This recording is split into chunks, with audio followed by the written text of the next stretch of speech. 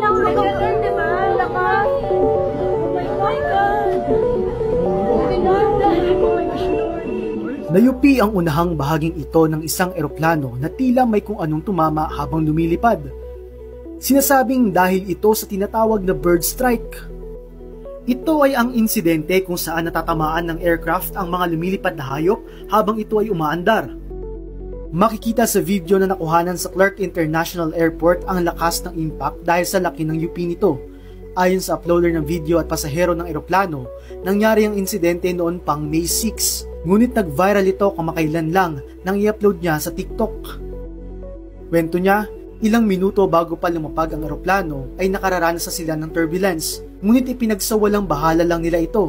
Nagulat na lang daw sila na may mga nakaabang ng wheelchairs at medical team noong lumapag sila sa airport. Walang kamalay-malay ang mga pasahero sa nangyari dahil napanatilian niya ng flight crew ang kanilang composure, bagay na ikinahanga ng uploader.